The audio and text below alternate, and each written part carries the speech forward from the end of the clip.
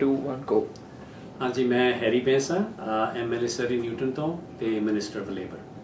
Thank you so much once again for being a part of this project and agreeing to share your story with us। ਜਿਹੜਾ ਮੈਂ ਪਹਿਲਾ question ਤੁਹਾਨੂੰ ਪੁੱਛਣਾ ਚਾਹੁੰਦਾ ਉਹ ਕਿ ਤੁਹਾਡਾ ਜਨਮ ਕਦੋਂ ਤੇ ਕਿੱਥੇ ਹੋਇਆ ਸੀ?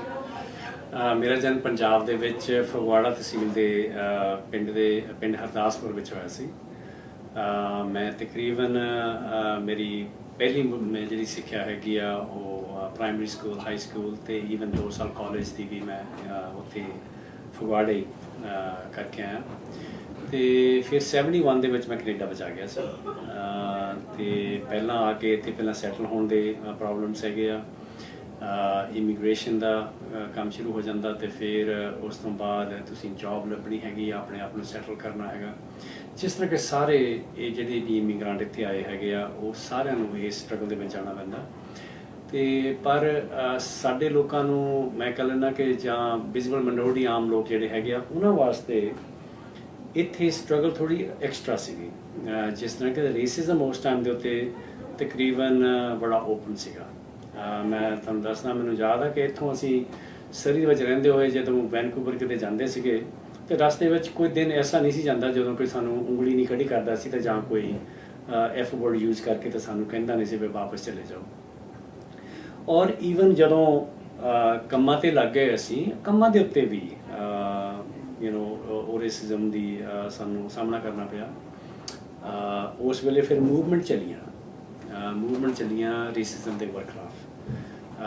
ਅਸੀਂ ਧੰਨਵਾਦੀ ਹਾਂ ਉਹਨਾਂ ਲੋਕਾਂ ਦੇ ਜਿਨ੍ਹਾਂ ਨੇ ਉਹ ਮੂਵਮੈਂਟ ਚਲਾਈਆਂ ਤੇ ਤਕਰੀਬਨ ਰੇਸਿਜ਼ਮ ਨੂੰ ਠੰਡ ਪਾਈ, ਉਹਦਾ ਮੁਕਾਬਲਾ ਕੀਤਾ ਤੇ ਨਾਲ ਐਜੂਕੇਸ਼ਨ ਦੇ ਅਵੇਅਰਨੈਸ ਤੇ ਨਾਲ ਦੀ ਨਾਲ ਇਹਦੇ ਪਿੱਛੇ ਪੋਲੀਟਿਕਸ ਵੀ ਬੜੀ ਹੁੰਦੀ ਆ। ਹਮੇਸ਼ਾ ਪੋਲੀਟਿਕਸ ਇਨਵੋਲਵ ਹੁੰਦੀ ਆ ਔਰ ਪੋਲੀਟੀਸ਼ੀਅਨਸ ਵੀ ਇਨਵੋਲਵ ਹੋਏ ਜਿਨ੍ਹਾਂ ਨੇ ਸਾਡਾ ਸਾਥ ਦਿੱਤਾ, ਪ੍ਰੋਗਰੈਸਿਵ ਲੋਕਾਂ ਨੇ ਸਾਥ ਦਿੱਤਾ। ਇਹ ਕੋਈ ਵੱਖਰੀ ਗੱਲ ਨਹੀਂ ਸੀ ਕਿ ਜਦੋਂ ਤਾਂ ਸਾਡੇ ਪਹਿਲਾਂ ਲੋਕੀ ਇੱਥੇ ਆਉਣੇ ਸ਼ੁਰੂ ਹੋਏ ਪਿਛਲੀ ਸੈਂਚੁਰੀ ਦੇ ਬਿਗਿਨਿੰਗ ਦੇ ਵਿੱਚ, ਕਿਸ ਤਰ੍ਹਾਂ ਇੱਥੇ ਕਾਨੂੰਨ ਬਣੇ ਵਿਕਟੋਰੀਆ ਦੇ ਵਿੱਚ ਕਿ ਸਾਡੇ ਵਰਗੇ ਲੋਕ ਜਿਹੜੇ ਆ ਹਿੰਦੁਸਤਾਨੀ, ਚਾਈਨੀਜ਼ ਇਹ ਕੈਨੇਡਾ ਵਿੱਚ ਆਉਣੇ ਤੋਂ ਡਿਸਕਰੇਜ ਕਰ ਰਹੇ ਸੀ, ਨਾ ਹੀ ਆਉਣ। ਫਿਰ ਕਾਨੂੰਨ ਬਣ ਗਏ ਜਿਹੜੇ ਆ ਗਏ, ਉਹ ਕੁਛ ਸ਼ਹਿਰਾਂ ਦੇ ਕੁਛ ਹਿੱਸਿਆਂ ਦੇ ਵਿੱਚ ਉਹ ਘਰ ਨਹੀਂ ਲੈ ਸਕਦੇ ਸੀ ਤੇ ਦੂਸਰਾ ਉਹਨਾਂ ਨੂੰ ਵੋਟ ਪਾਉਣ ਦਾ ਹੱਕ ਖੋਲਿਆ। ਤੇ ਪਲੱਸ ਜੇ ਉਹ ਆਪਣੇ ਕਿਸੇ ਪ੍ਰੋਫੈਸ਼ਨ ਦੇ ਵਿੱਚ ਉਹ ਪੜ੍ਹ ਜਾਂਦੇ ਸੀ ਤਾਂ ਉਹ ਉੱਥੇ ਵਿੱਚ ਆਪਣੇ ਪ੍ਰੋਫੈਸ਼ਨ ਦੇ ਵਿੱਚ ਪ੍ਰੈਕਟਿਸ ਨਹੀਂ ਕਰ ਸਕਦੇ ਸੀ।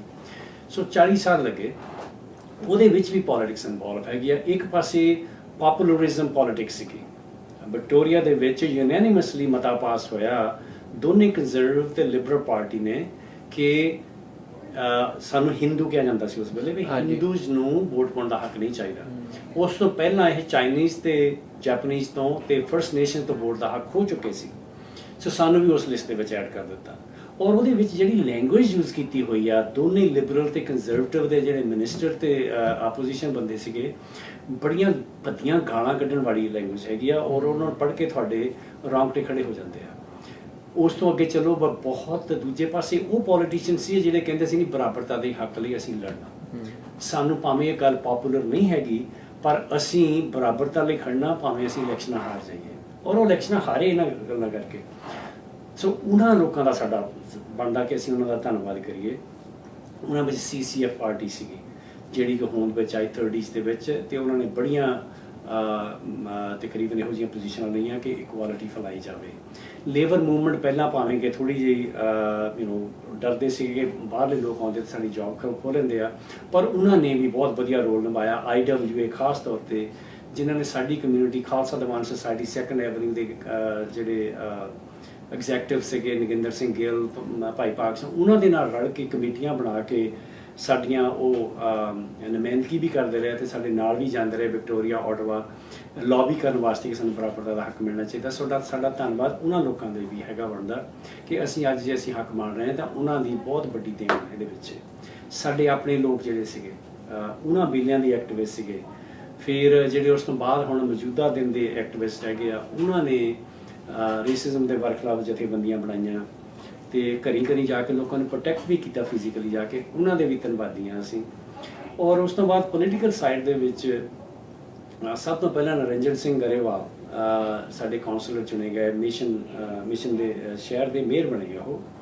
ਉਸ ਤੋਂ ਬਾਅਦ ਕਾਫੀ ਦੇਰ ਲੱਗ ਗਈ। ਸੇਠੀ ਪਾਂਡੇਕਰ ਹੋਣੀ ਆਏ ਲੇਟ 60 ਦੇ ਵਿੱਚ, ਉਹ ਆਪਣੇ ਵੈਨਕੂਵਰ ਸ਼ਹਿਰ ਦੇ ਸਭ ਤੋਂ ਪਹਿਲੇ ਸਾਊਥ ਏਸ਼ੀਅਨ ਕਾਉਂਸਲਰ ਬਣੇ। Okay, very nice. ਫਿਰ ਇਹ ਸਟਰਗਲ ਚੱਲਦੀ ਰਹੀ। ਫਿਰ ਮੋਸਟ ਹੋਤਾ ਜਿਹੜੇ ਅੱਜ ਉਹਨਾਂ ਨੂੰ ਬੜਾ ਮੌਕਾ ਮਿਲਦਾ, ਅਸੀਂ ਵੀ ਉਹਨਾਂ ਤੋਂ ਬੜਾ ਕੁਝ ਸਿੱਖਿਆ। ਮੈਂ ਸਮਝਦਾ ਕਿ ਸਾਡੇ ਮੈਂਟਰਸ ਹੈਗੇ ਉਹ।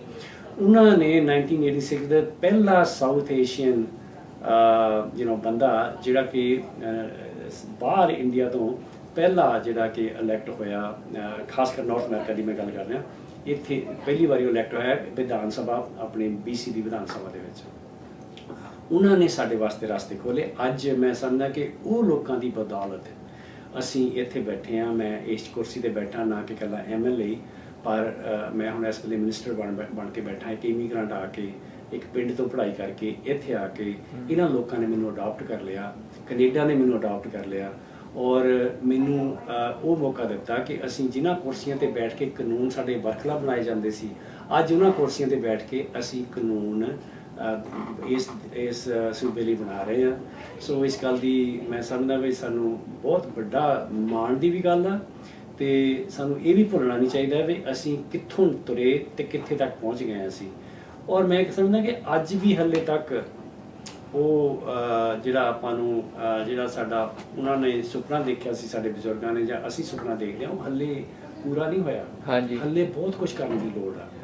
ਹਾਲੇ ਵੀ ਉਹ ਜਿਹੜੀ ਇਕੁਆਲਿਟੀ ਸੁਸਾਇਟੀ ਵਿੱਚ ਚਾਹੀਦੀ ਉਹ ਹੈ ਨਹੀਂ।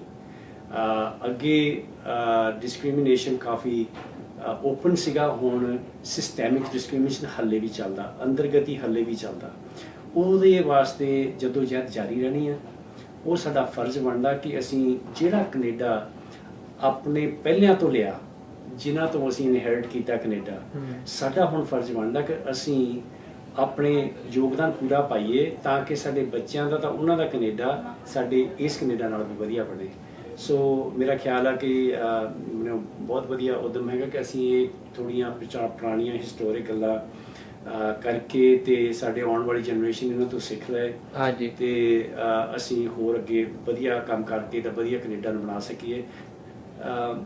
ਮੈਂ ਇਹ ਕਹਿੰਦਾ ਵੀ ਇਹ ਗੱਲ ਭੁੱਲਣੀ ਨਹੀਂ ਚਾਹੀਦੀ ਵੀ ਅਸੀਂ ਕਿੱਥੋਂ ਤੁਰੇ ਸੀਗੇ, ਉੱਥੋਂ ਚੱਲ ਕੇ ਆ ਕੇ ਅੱਜ ਸਾਡੇ ਕਿਸੇ ਫੀਲਡ ਵਿੱਚ ਲੈ ਲਓ ਤੁਸੀਂ, ਅਸੀਂ ਸਕਸੈਸਫੁਲ ਕਮਿਊਨਿਟੀ ਹੈਗੇ ਹਾਂ। ਅਸੀਂ ਕੈਨੇਡਾ ਦੇ ਇਕਨੋਮਿਕ ਤੇ ਸੋਸ਼ਲ ਦਾਇਰੇ ਦੇ ਵਿੱਚ ਪੂਰਾ ਹਿੱਸਾ ਪਾ ਰਹੇ ਹਾਂ, ਬਾਕੀ ਕਮਿਊਨਿਟੀ ਨਾਲ ਵੀ ਵੱਧ ਪਾ ਰਹੇ ਹਾਂ।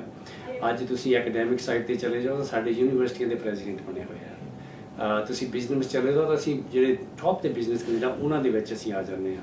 ਲੇਬਰ ਸਾਈਡ ਦੇ ਵਿੱਚ ਮੈਂ ਚਾਹੁੰਦਾ ਕਿ ਥੋੜ੍ਹਾ ਹੋਰ ਸਾਨੂੰ ਲੋੜ ਹੈਗੀ ਆ ਹਾਇਰ ਲੈਵਲ ਤੇ ਸਾਡੇ ਲੇਬਰ ਲੀਡਰ ਜਿਹੜੇ ਅੱਗੇ ਆਉਣ ਕੇ ਸਾਡੇ ਵਰਕਰਾਂ ਦੀ ਨੁਮਾਇੰਦਗੀ ਕਰਨ। ਅਸੀਂ ਉਹ ਵੀ ਪਹੁੰਚ ਚੁੱਕੇ ਹਾਂ ਉੱਥੇ, ਹੋਰ ਤਰੱਕੀ ਕਰ ਰਹੇ, ਸਾਡੇ ਪਿੱਛੇ ਹੋਰ ਵੀ ਬੜੇ ਐਕਟਿਵਿਸਟ ਆ ਰਹੇ ਆ। এনवायरमेंट ਸਾਈਡ ਦੇ ਵਿੱਚ ਲੈ ਲਓ ਤੁਸੀਂ, ਤੇ ਫਿਰ ਤੁਸੀਂ ਆਪਣੇ ਆਮ ਜਿਹੜੀ ਸੋਸ਼ਲ ਵਰਕਰ ਸਾਈਡ ਤੇ ਲੈ ਲਓ, ਤੇ ਸਾਡੇ ਲੋਕ ਹਰ ਜਗ੍ਹਾ ਦੇ ਵਿੱਚ ਉਹਨਾਂ ਦਾ ਪੂਰਾ ਯੋਗਦਾਨ ਹੈਗਾ। ਇਸ ਗੱਲ ਦੀ ਖੁਸ਼ੀ ਹੈ, ਪਰ ਇਹ ਗੱਲ ਭੁੱਲਣੀ ਨਹੀਂ ਚਾਹੀਦੀ ਕਿ ਆਉਣ ਵਾਲਾ ਕੈਨੇਡਾ ਜਿਹੜਾ ਉਹਦੇ ਵਾਸਤੇ ਹਾਲੇ ਕੰਮ ਕਰਨ ਦੀ ਲੋੜ ਆ, ਤਾਂ ਕਿ ਸਾਡੇ ਬੱਚਿਆਂ ਦਾ ਕੈਨੇਡਾ ਹੋਰ ਵੀ ਇਕੁਅਲ ਹੋਵੇ, ਹੋਰ ਵੀ ਜਸਟ ਹੋਵੇ, ਤੇ ਹੋਰ ਵੀ ਇਨਕਲੂਸਿਵ ਹੋਵੇ। ਜੀ that's a very beautiful thought I must say. ਤੇ ਮੈਂ ਤੁਹਾਡੇ ਬਾਰੇ ਇਹ ਵੀ ਪੁੱਛਣਾ ਚਾਹੁੰਦਾ ਕਿ ਜਿਹੜੀ ਤੁਹਾਡੀ ਜਰਨੀ ਸੀਗੀ, ਜਦੋਂ ਤੁਸੀਂ ਫਰਸਟ ਟਾਈਮ ਕੈਨੇਡਾ ਲੈਂਡ ਕੀਤੇ, ਥੋੜਾ ਉਹਦੇ ਬਾਰੇ ਸਾਨੂੰ ਦੱਸਿਓ। ਸਟਾਰਟਿੰਗ ਵਿੱਚ ਜਦੋਂ ਤੁਸੀਂ ਲੈਂਡ ਕੀਤੇ, ਤੁਸੀਂ ਕੈਨੇਡਾ ਦੇਖਿਆ, ਰਾਈਟ, ਤੁਸੀਂ 에ਅਰਪੋਰਟ ਤੇ ਸੀਗੇ, ਕਿਸ ਤਰ੍ਹਾਂ ਤੁਹਾਨੂੰ ਲੱਗਿਆ? What did you feel? ਉਹਦੇ ਬਾਰੇ ਥੋੜਾ ਜਿਹਾ ਦੱਸਿਓ। Yes, when I first landed in 1971, it was actually June 15, 1971 in Vancouver Airport. You wouldn't recognize that airport today. It was a small airport, and I was so impressed with the beauty, with the cleanliness, and how everything was organized, and so I was very, very impressed. And so there was no way that I was going to make a decision to go back. This is the place I wanted to stay and spend my life and raise my family. And so I think after I got my immigration papers, I was in Ontario. I spent a couple of years in a foundry. Hard work, but it was something that everyone went through. Then I moved to BC. I think what got me into activism was when I walked into the lunchroom one day, there was a racist graffiti in the lunchroom.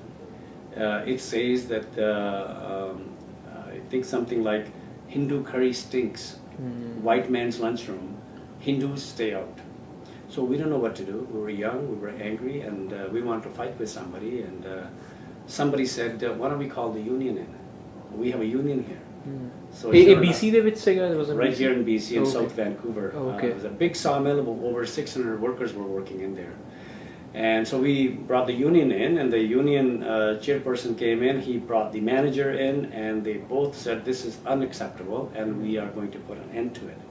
And slowly and surely, those type of things started to disappear, and more people were starting to work together. And so that gave me a confidence that actually if you take steps, you actually can make a difference. Very true. And that was a small step, but it was a very important step. And then the union person said, but you're making all kind of noises, you're asking so many questions, and you're complaining about everything. You can choose to do that and stay there on the sideline. But then somebody else is going to make decisions, and it's a decision that you may not like. And why don't you get involved? That's your another choice. And I first didn't like the idea, but then I thought, actually, he makes a lot of sense. That if we want to bring change, we should be part of that change. And so I said fine, and they encouraged me to run for the executive. Then I ran for the executive of my local union. Of 7,500 members were working at that time in my local. And then soon I became a full-time elected union official, which involves dispute resolution, organizing the unorganized workers, and bargaining with the companies on behalf of the workers, and health and safety activists. So that's where my career took me, and I enjoyed it. I enjoyed it to the point where even if I had to sacrifice some of the time with my family, I couldn't stay away from the work, because it gave me satisfaction that with a small participation of my time, we're able to make lives better on my fellow working people. And that actually introduced me into politics as well. I realized all the work that the working people do, all the different negotiations, the struggles that they went through, can be taken away from you with a stroke of a pen if a wrong type of government comes in. That's exactly what happened in 2001 when BC Liberal government led by Gordon Campbell came and ripped up collective agreements that were legally negotiated for decades for the hospital employees, workers, and for teachers. And that made me angry, upset me to no end, and that's when we said, well, again, if we want to bring change, then maybe we should get involved. With a little encouragement from my friends, I said, sure, I will run. So 2005, I ran in Surrey Newton, and I was successful. And since that time, 3 more times, I ran in Surrey Newton, and I was successful. So first 12 years was life in opposition, which wasn't very pleasant, but again, you were able to take the issues of your constituency, take the issues of your community, and also the beliefs that you have and what kind of society we think we should have. You were able to take it to Victoria and promote those ideas. And I think with the help of so many people, last election, last May, we were able to form government, although minority government with the help of our Green friends.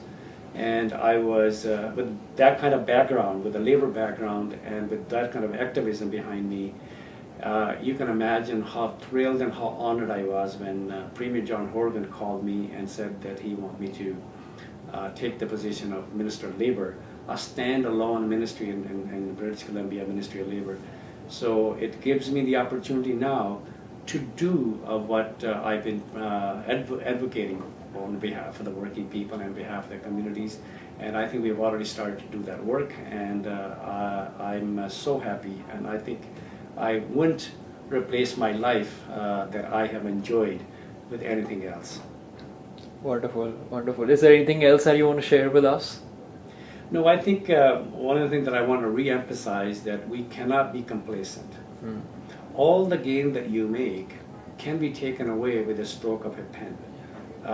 The equality in society, human rights commissions that we had, and they were taken away with some governments, and now we are bringing it back again. And I think we need to get involved. And if anything that I could suggest to my fellow citizens, and especially the younger generation, get involved. If you don't get involved, somebody else will, and they will make decisions on your behalf, and those are the decisions you may not like. So I think it's better that you get involved. You don't need to be always to run for the position, but you can actually promote somebody who think like you have a similar ideology, think like you know, the way you, and what we need in order to change the society. Because we owe to not only to ourselves, we owe to the people who gave us this Canada. You know, worked so hard to give us the Canada which is more equal today. But we also have our duty, and we owe to our next generation and generation after that, that we do the same thing that those people before us did, so that future Canada for them is even better Canada than what we have today. Well, that's a really beautiful thought, I must say, and I'd like to thank once again that you took out the time and shared your inspiring story with us. Thank you. Thank you. Thank you.